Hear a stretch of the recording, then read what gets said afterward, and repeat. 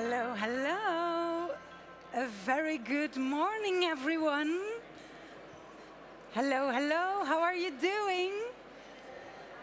Yeah, we still need some coffee or a kick-ass session on Earth education. It might have the same effect to get awake and to be more connected with nature. Welcome to all of you. Can you please put on your headphones because there's a loud environment here, so please, by raise of hands, can you hear me? Yeah, I see many people. And do you also understand me? Then we're really off for a good session. A very warm welcome. My name is Snoeck. I'm a Belgian MC and moderator, and it's so lovely to host this session on Earth education. And we have to switch the order of this session a little bit due to some people who are still arriving, hopefully, fingers crossed. But we will start a little bit different with a panel. Because the idea of this session is that the past 2 centuries, we lost so much connection with Earth around us. And we feel 60% less connected. And you might think it's an April Fool's Day, so this is not true, but unfortunately it is true. But luckily, all the people we have invited here today for the panel and for the fireside chat, they're people who really changed this. And they do this through experiential learning experiences. So not just theory, but really go outside and learning in and from nature. And we will start this session with a panel discussion where we explore how people in the field, how they are trying to restore the connection with nature. Not just for themselves, but for hundreds and thousands of other people. Because, yeah, we're not connected to nature, and of course we want to restore that. And we're the privileged ones, aren't we? Because we can attend ChangeNOW. But it's also important that we involve everyone, also in communities with lower income. So how can we make this nature learning, how can we make it inclusive? That's what we're going to talk about. And I would very like to welcome Edmore, Anthony Owosekun, and Hanli Prinsloo. Give them a warm round of applause.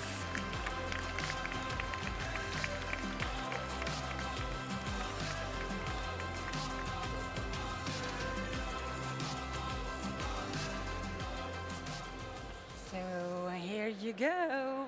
I will give you one as well. Yeah, they immediately start to share. Welcome all of you to this panel. So nice to have you here. Yeah, Hanli, you're in the blue seat, which is obviously because you came all the way from Cape Town in South Africa. And even you grew up on a farm, but it's in the water that you feel like a fish in the water. And you used to be a competitive free diver, and now you are the founder of I Am Water. It's an organization that offers in-water experiences to foster ocean conservation. Could you tell us a little bit more on that? Absolutely. Good morning, everybody. So as Sandy was saying, I'm best known as a free diver these days, but I grew up on a horse farm outside Pretoria. And for those of you who've been to South Africa, you would wonder, why would a free diver be coming from a horse farm? But for me, my connection with nature started with connection with wilderness. And I think that's often, most of our story is that our journey with nature starts with a childhood connection. And I was lucky enough to grow up on a big, wild farm. And we had a dam and 2 rivers, and I had 1 sister. And between those bodies of water, my sister and I pretended to be mermaids. And we would swim underwater and create a whole mermaid language that we were like clicking and squawking and talking to each other underwater. Now today I realize, with all the experience I've had in the ocean, we were actually talking dolphin, but we thought we had a mermaid language.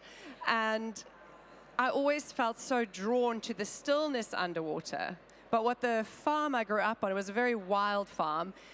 I had 2 rules as a child. My mum would say, come home before the sun sets and don't die. And everything else was fine. And I feel like that was really, for me, like the ticket to be in nature and explore. And it also teaches a child really good risk management, because if I climb to the top of this tree and fall, would I die? Probably not. So then I can climb to the top of this tree.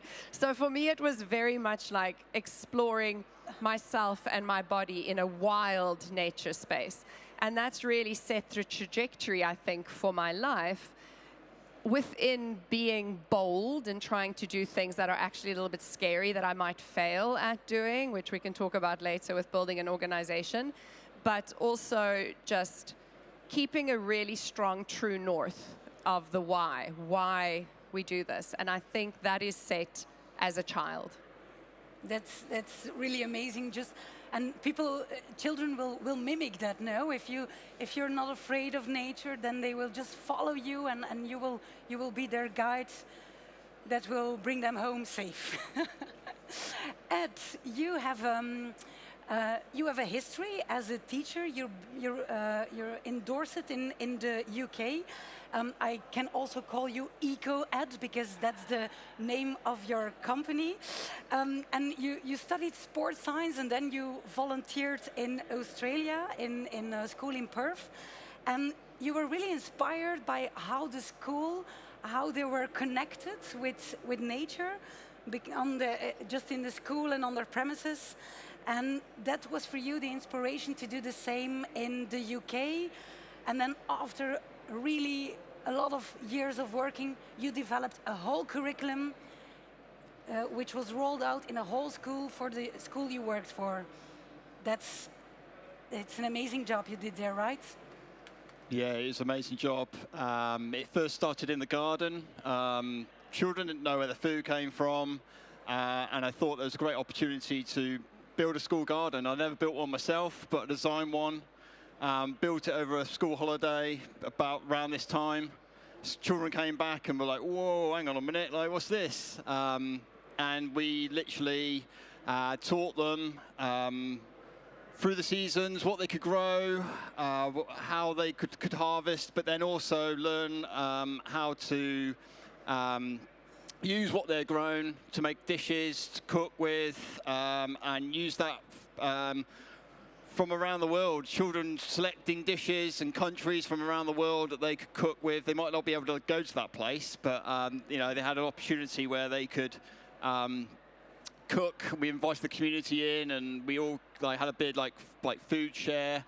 And that was like the start of the makings of this curriculum, which was built through nature, through getting children outside, getting children immersed in nature, connecting with nature, which then led on to lots of eco topics that was threaded through the curriculum. And it took a couple of years, but it was in place for 7 years. Wow. And then, of course, people from around the globe, they started noticing the great work you were doing. So it wasn't enough to do it in one school anymore. You wanted to broaden the impact you had. And now you work as a consultant, so organizations and schools can hire you, and you will help them to develop a curriculum, not as an add-on, but really embodied in the school. Yeah, I think that's really important, that it's not a bolt-on. It's part and parcel of like everyday life, creating a culture, creating an ethos, that it's threaded through like a golden thread through every like topic, every like curriculum subject. And everybody knows their role within that, whether they're a child, whether they're a parent, whether they're a staff member, a teacher. Everybody, facilitates that, and seeing that huge impact from from children 5 and 6 who are now 18, who are now going off to university, but all that's been instilled in them, and they're going off to do conservation, they're going off to study soil, they're going off to do regeneration, and that's purely because it was instilled from them from a really early age. That's really nice, and we're going to talk about that later, and how you can even deepen the impact. It's not just the children. I mean, you have a multiplier effect. I just want to introduce my last, but definitely not least guest, Anthony Owosekun. Do I pronounce it right? Yeah, luckily. You're based in Berlin, and you also have a history as a teacher and as a social worker there, and then there you realize that many people don't feel part of nature. And you felt the urgency to change that, because from the moment that you realize the value of nature, only then you will protect it. And then you founded EMPOCA, a company that connects black kids and teenagers with nature. Could you tell us a little bit more on EMPOCA? Yes, sure. Yes, I founded EMPOCA 2019, and it was the idea was to connect actually youth of color in urban areas to nature, because in my childhood I was a Boy Scout in the northern part of Germany, and I was actually the only black Boy Scout in this group, and I didn't realize it those days, but then when I grew up I just realized access to nature is not equal at all. And this is actually the thing I wanted to change with the organization, because this nature gap is real, and to close the nature gap you need other ways of access. And our idea at EMPOCA is to have role models from the communities who know the realities of these young people, who speak the languages, and also the actually who can reflect actually also the the reality of these children in the way they show up, in the way they act with them. They can really have an impact on the lives of these young ones, because we have about 1,500 kids since then through our programs. But much more is important, we activate these ambassadors, our nature ambassadors, who are young people to the age of 30. And they're actually the ones delivering our programs, and the ones inspiring the young people to not only experience the outdoors once, but to stick on it and also experiencing the outdoors for a longer time. And in Europe, there are millions of youth of color who haven't seen a forest, never seen a forest. And we are here in urban areas like Paris or London, or maybe less bigger cities in Europe, and the reason they haven't been outdoors is the narrative about nature and also the access are still predominantly white, and predominantly also very addressed to people who have privileges and also money, who are, and also understand the codes. So this is the thing we would like to change with our partners from different kind of areas, from urban areas, companies, or also brands. Yeah, you already mentioned, and it's a very important part, because access to nature, it seems like something very democratic, and everybody can enter a forest, but it's not democratic at all. And I see you nodding, because when apartheid ended, so before there were separation, a beach for black people, a beach for white people, and then in theory everything was possible and everything was accessible for everyone. But in practice it wasn't the case, because there were still some systemic barriers for black people. So for example, the public transport, they didn't reach the beaches. So that's something you also want to tackle with I Am Water, to reach the people from underprivileged, from low-income communities, so they can go to the beach, right?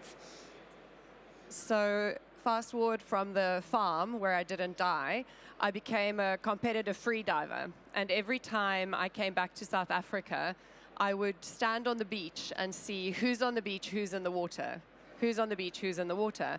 And year after year after year, everybody who's going deeper than their knees looks like me. And if that's not changing, the question I always ask myself whenever I see a problem is, well, who's going to fix that? And if there isn't somebody raising their hand, then it's like, well, somebody's got to fix that, you know, and I don't feel like I'm maybe the perfectly representative person to do this, but if nobody else has the capacity and I'm uniquely placed to do that. So I started I Am Water in 2010 with that goal of bringing underserved communities who have transgenerational fears of the ocean. Because beaches in South Africa were white only, most beautiful nature spaces were white only, we have the systemic separation from the ocean. And when we started I Am Water, it's like, well, Cape Town, how many of you have been to Cape Town? So when you land in Cape Town and you drive towards Table Mountain, you drive through kilometers and kilometers and kilometers of informal settlements where people are living in terrible poverty, and then you arrive and there's wine farms and there's amazing restaurants and you feel like you're in this like enclave of Europe, you know. But the reality is that most South Africans are not living in that kind of setting. So when you have these really big metro areas where children are technically walking distance to the ocean, right, 5 kilometers or so, but there's no access. So that was with I Am Water, having a really big group we want to capture, is that we work with primary schools, grade 7 students. We work with the schools with an MOU with the Department of Education to be able to take them out of school time to the ocean and give them an ocean experience. And I can tell you what that looks like, but especially for those of you who haven't been to Cape Town, I'd actually love to show you a video to just show you what it looks like when children who haven't opened their eyes underwater get an opportunity to do that. I'd love to play the I Am Water video, please. I Am Water's vision is to connect coastal communities to the ocean so they can fall in love with it and thus protect it. I'm feeling totally nervous today. I'm scared of the water. On our Ocean Guardians workshops, we have grade 7 students from local schools come to the beach and learn about their oceans. The workshop consists of 2 days. The first day, the experiences are had at a beautiful local tidal pool. On the second day, we bring them to one of our incredible pristine marine protected area beaches. These ocean conservation workshops are important to the kids in our community. Some of them don't really come out of good homes. Some of them can't even swim. So to bring them out a little bit of their comfort zone gives them that confidence to show them that they can actually do anything that they want to do. The Ocean Guardians workshops have 3 stations. We do rocky shores, exploration, a beach cleanup, and a snorkel station. Our goal is that whoever was afraid, whoever had that fear, comes out with love and want to teach more people that everyone can overcome these fears. It was the first time for me to snorkel. The ladies spent more time with me. Now I know how to float. I absolutely want to do it again. We had a lovely time and the seaweed is coming on your dinner. Yes, bang. But I did love it. And thank you for everything.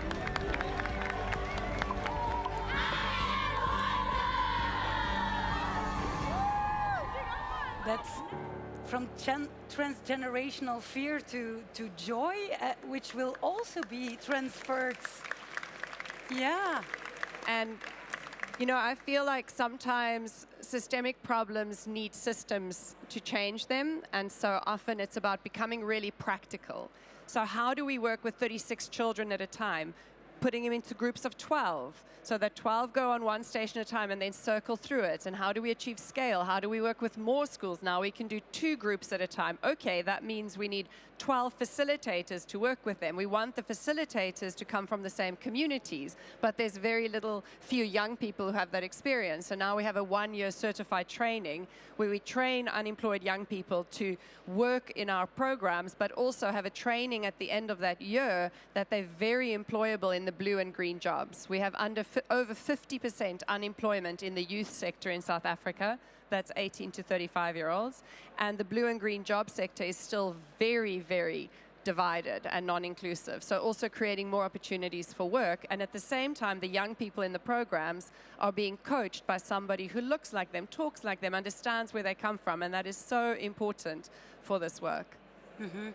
And Anthony, it resonates with you because of course, this for you being the only boy scout, this was also important.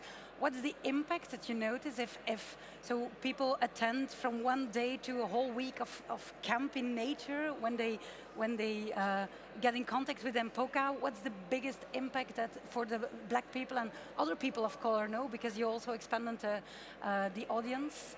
How do you see that for them it's so important that you're really changing the system, that the systemic the system being unequal, the access?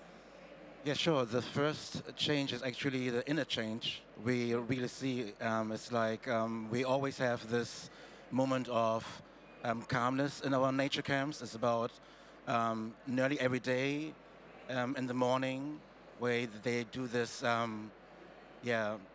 meditation. Just imagine urban kids doing meditation. It's quite interesting because when we started this, we always started this like for a minute, and then we extended every day by a minute. So at the end of the week, it's like 6 minutes.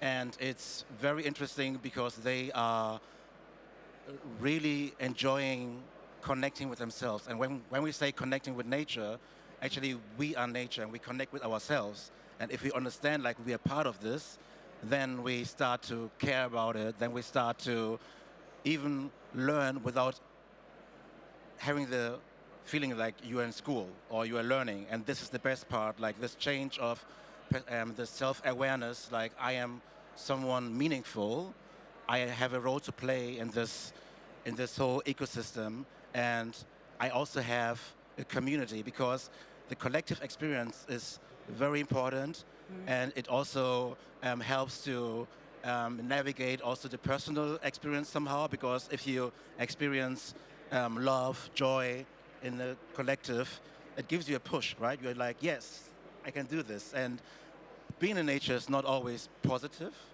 because you also have challenges.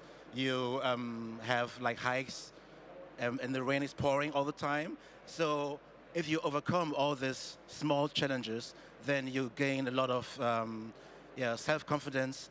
And in the end, what we are trying to do is similar to what you are also doing. Like, we are giving them the opportunity to gain future skills, because future skills are actually not taught at school in Germany. I'm not sure how it is in other European countries, but future skills are like skills we actually need to, as a society, to adapt to the climate change. So if you don't have opportunities to learn or to explore these, then you will not be part of the future, or you'll not be able to be part of the change. So this is actually similar to what you are doing, and we are trying to do this by having positive experiences and transforming the challenging ones to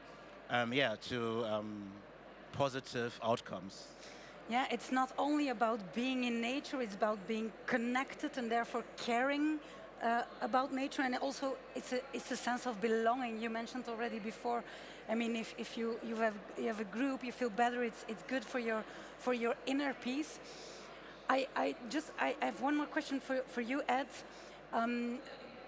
because in the curriculum you developed.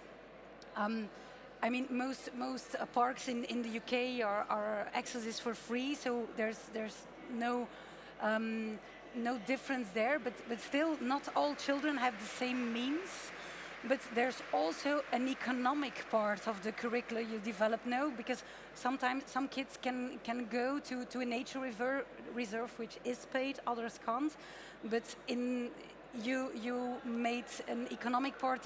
They produce some products, they sell some products to make it. Is that your contribution to, if you advise people to make it inclusive, that they have an economic part as well? Yeah, definitely. Big passionate for entrepreneurship, making products. We did all kinds of things, from making our own cleaning products to making wax-tastic, no plastic, which was alternative to cling film, beeswax, 100% cotton material dipped in beeswax. and children went out selling. We had people, car salespeople and estate agents coming in and teaching children how to sell properly. I wanted them to go out there and sell. I didn't want them standing behind a desk. I wanted them out there selling. And they thrived with it. They really enjoyed it. And using those real life skills in a real life context to raise money for something they truly believed in. And all that money went back into the school. They wanted a nature reserve, and they got a nature reserve with a pond. And then from that, they learned about the flora and the fauna. And they ended up being the experts. They learned what was growing there, what they could see, the birds, the insects, and then they became the tour guides. They gave tours around the school about what they could see. They then extended that to the community as well, and they got donations of money for what they were doing, and they were giving up their weekends to go and facilitate this. And it was so empowering. It was so great to see them using what they had learnt, but showcasing that across the community. Mm-hmm. Yeah, it's really nice that it really becomes inclusive for everyone. What would you say is the biggest impact of making those nature experiences inclusive? The biggest impact of making them inclusive? Well, to begin with, they just should be. I mean, from a social justice perspective, you know, this is something that I think in a way is kind of a shame that it's still a conversation and still something we need to do, but it is, right? So I think we did with I Am Water, we did a study with a university in the US, UNCW, to really look at the impact that our programs are having on the young people we work with. Because I think as an organization, you want to ask yourself, is what we're doing working? And if it's not, can we make it better? Because if it's not, we should be doing something else. Because it's not about our egos, it's about the work. And so we did this very, very in-depth study where we were both measuring social emotional learning and conservation mindedness. And I think it's really exactly what you were saying, Anthony, that when we learn things in nature, in the stillness, having the sense of belonging in this moment where our hearts open, we're so receptive for new ideas around how we want to move on the planet. You know, if a young person hasn't really had a true experience in nature, who are we to say, oh, but you shouldn't litter because it goes into the ocean? You know, you want to connect before you teach, before you have to expect this. And the study that has been published, and you're welcome to get in touch with me, Eva, if you want access to that, was so overwhelmingly positive that this professor and his team now are publishing articles, presenting on it, talking about it, because it's greater impact than they've seen on any outdoor programs, because it's both the personal journey and the conservation mindedness. And I think that connection is so important. And what you were saying about the meditation and the mindfulness, this is, I think, one of the, we do that at the beginning of all our workshops, and a breathwork session, and that connection to self and place is what sets the whole scene. That's where the real change starts. And that's also what makes it different. Too often there's this talking around outdoor classrooms, which is interesting, but just to learn your geography lesson in a forest won't have the same impact as sitting quietly, meditating, breathing, connecting, feeling that stillness and that connection, understanding how you're a part of the whole, as opposed to, now you're still going to engage this part of your body, you're just in nature. And I think that's often been a missing link. So I think the impacts are huge, and it's such a crucial time for our planet that when we break down working in ocean conservation, you know, we look at, people ask me, what are the greatest challenges to the ocean? It's like, okay, plastic pollution, species loss, overfishing, habitat loss, like blah, blah, blah. And you're just having this like Armageddon monologue, you know? And I think at the root of everything is disconnect. And if we are connected to nature and if we love, we protect. And then all those things are affected. And it's specific to you. Like, okay, maybe I don't need to shop so much fast fashion. Maybe I don't need to drop this wrapper. Maybe I can eat more plant-based. Maybe, and then it becomes just like this natural river of decision making that flows through our lives, as opposed to trying to only have facts and figures impact the brain. So I think that the real future for protection is in that behavior change that comes from connection and love. Yeah, it's really about, it's not only about, yeah. It's not only about the head, but it's mainly about the heart. And once we feel connected, we will preserve it. Yes. And how? Because you're all doing amazing work. I mean, you with the I Am Water, with consulting the schools, the organizations, with going on camps. How can we scale this? How can we have more impact? And how do we measure the impacts? Because more measuring the emotions, because that's when we will have impact, but how can we scale your work? You can go, Anthony. Yes, sure. We can scale, or we are scaling our work through scaling access. We are not scaling our activities, we are scaling access. And we are doing this like finding this nature leaders or ambassadors in the cities and doing similar things like you are also doing, like a half-year program. And in this half-year program, they can become community leaders and then do programs on their own. Yeah. And this is very easy way to find these people, because we are not like using these codes we are using here.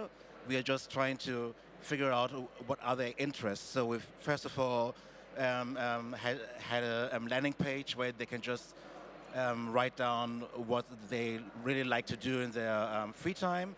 And then we design a way we approach them and give them actually the opportunity to be themselves, and not like to be a Boy Scout or to be an environmentalist. Because, to be honest, this picture of environmentalists and Boy Scout is quite difficult in some urban areas, because they're like, this is not part of my life. But if you because it's like my grandma or like my father tell me this, like to take care of the planet. But if you give them like real life reasons in their neighborhood, for example, if they just find out like the heat in the summer, for example, like there are some in urban areas, the heat in the summer will be a big challenge, not like in Paris because now it's green, but for example in Berlin it's very hot. And then you can just ask them like, would you like to be in a very, let's say, very beautiful, green, and also less hot place in the summer? And they yes, we'd like to change this, yes. So what can you do? You can learn it in our program. So we just give them real connection to their challenges in their areas they're living. And this gives us much more easy access to these people. And we have actually over 10,000 signups. And our problem in scaling is the investment topic, because investing in education in general isn't happening, because there's no lobby for educational So we need programs. to look for the people with the black cord, because they're the investors. Yes, but not only the investors, but also the politicians. And I think like also we are all like in a shock moment for the last decades, especially I can just say like in Germany, but I guess in Europe it's similar. Like we are just shocked about how young people are not connected to each other. That we are shocked about the mental health crisis is increasing and increasing. But we should stop being shocked And start going outside. Yeah, and start going outside and taking action, and also like protesting, because I heard like in France the people like to protest a lot, right? But we have to protest more also with the young ones. Like the Fridays for Future movement is also decreasing. So we should build alliances with young people together, take them serious, and go to the streets and really fight for the rights, and also like fight for more access means more investment, more money in nature education. A call for more connection, more protest, more money for nature. Yes, of course, this deserves an applause. we're running out of time, so very short. But something I really liked that you mentioned in the preparation was pass along the spark. It's something you did when you worked in Bali. You invited everyone in the neighborhood and let them tell about their businesses. So could you just very shortly talk a little bit on that? Yeah, of course. So set up this morning spark every week. People would come and explain what they're doing, whether they were purifying water through ceramic pots, whether they were using hotel sheets, make it into yarn, making their own products, making electric bicycles. And they would come in and talk to the children and spark an interest with them. But then also the parents were there too, and they ran businesses as well, and they could help facilitate. They could help fund some of these projects as well. But it also gave an opportunity for children to realise what was going on around them in their own community, and they could get involved too. And they either set up partnerships or supported through voluntary work, or set up their own company on the back of what they'd seen. Yeah, it's really, again, broadening the impact, not just with the children, but involve everyone, the board, the parents, and so on. Hanli, for you, how can we scale the amazing impact you're having with I Am Water? You already have a big alliance worldwide. So working with the video you saw, the work we do with kids in Cape Town, we realized that we know what we're doing works because we had all this anecdotal evidence. Then we did the study with the university in the US. Okay, now we have all this empirical evidence that it works. And we kept getting these emails and DMs like, what you're doing in Cape Town, we really need in Argentina. We really need in Hong Kong. We really need in India. We really need in Marseille. And we kept getting these emails. And you know, you can only get so much out of a 1-hour Zoom call where you're like, share more of your and then it's like, well, where do we go from here? And we dug down deep into our methodology and said, let's roadmap and framework our methodology. And it's the ocean connection methodology. Now that we know what it is we do, what the steps are, let's train other grassroots organizations to be able to deliver ocean connection methodology through a community asset mapping so that it's relevant to their community, that they have ownership of the program they create. But when they use the ocean connection methodology in their program, we can start having a shared monitoring and evaluation database. And this means for grassroots organizations who are in an earlier phase than we are, they can leapfrog to impact and fundraising. So to give you an example, we've trained 11 organizations in Ecuador a couple of years ago. We're going back next month for another 11, 15 in Argentina soon, cohort in Maldives building, training organizations in South Africa. And sharing a MEL platform is super important, monitoring and evaluation, so that funders can see this works. And a startup grassroots organization can say, we don't need $10,000 to run a pilot.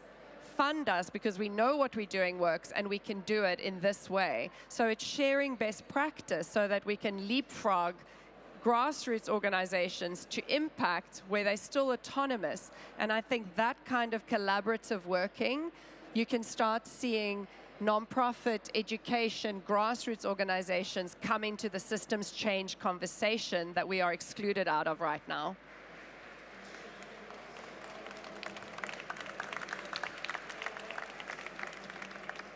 I mean, this panel is way too short because there's still so much to say. But I hope that all the amazing work you're doing, like taking people to the ocean, advising people in schools. I just want to say, Ed, you have a book. You wrote a book, 100 ideas. Yeah, there you have it for primary schools. So people who are interested in that, please go and find Ed on the book signing session. And Anthony, just keep on taking so many people on camps.